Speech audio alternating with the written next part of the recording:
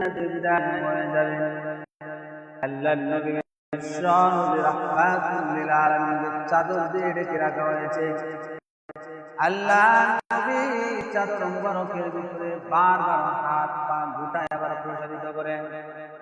আম্মা জান আয়েশা সিদ্দিকা রাদিয়াল্লাহু তাআলা চাদর মুবারক সরিয়ে দেখেন আল্লাহর নবী বারবার হাত গুটাচ্ছেন এবং প্রসারিত করছেন। আর আল্লাহর নবীর পাশে একটা পাত্র রাখা হয়েছে, সেই পাত্রর মধ্যে হাত বারবার বিদায় এবং মুখ মুছে আম্মা জান আয়েশা বলে, ও নবীজি, আপনি এই অবস্থা কেন শুরু করেছেন? আপনি তো মাসুম, আপনি তো নিষ্পাপ, আপনার কোনো গুনাহ নাই।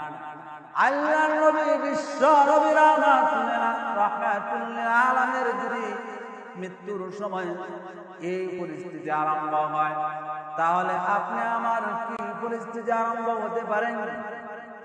আল্লাহর নবী বিশ্ব নবী রাহমাতুল লিল আলামিন দুনিয়া থেকে বিদায় হওয়ার পূর্ব মুহূর্তে হযরত আজরাইল আলাইহিস সালাতু ওয়াস সালাম দরজার পাশে এসে বলে, আসসালামু আলাইকুম ইয়া রাসূলুল্লাহ, অনুমতি চাই, পারমিশন দিন ঘরে ঢোকার জন্য।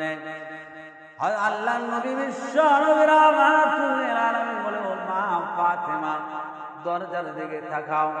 আল্লাহর নবীর কথা অনুযায়ী যখন ফাতেমা দরজার দিকে তাকালেন, আল্লাহ রাব্বুল আলামিন বলেন, ওরে আজরাইল, আমার ফাতেমার সামনে প্রকাশিত হয়ে যাও, নয়তো আমার নবীর কথাটা মিথ্যা হয়ে যাবে। প্রকাশিত হয়ে গেলেন। হযরত ফাতেমা রাদিয়াল্লাহু তাআলা আনহা বলেন, আব্বাজান, এমন বড় দৈত্যের মতো চেহারা, আর একটা দাদু পাহাড়ের সমান, আর তিনার ভয়াবহ আকৃতি দেখে চোখ দিয়ে আগুনের ফুলকির মতো বের হচ্ছে। ও আব্বাজান, মানুষ আমি আর কোনোদিন দেখি নাই। আল্লাহর নবী বলেন, তিনার মাথা অনেকবার তিনি মাথা উঠাতে পারেন না, তবু অনেক কষ্ট করে মাথা উঠে দরজার দিকে তাকিয়ে বলেন, এটা হলো হযরত আজরাইল আলাইহিস সালাম, মালাকুল মাউত, মা ফাতেমা আমার কাছে এসেছেন।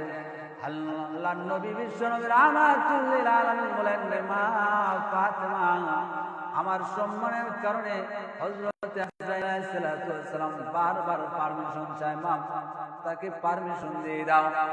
হযরত ফাতেমা রাদিয়াল্লাহু তাআলা আন্না বলেন, আব্বাজান, পারমিশন দেওয়া হবে না, আপনাকে দুনিয়া থেকে নিয়ে যাওয়ার জন্য আজরাইল এসেছে, পারমিশন দিব না, পারমিশন দেওয়া হবে না।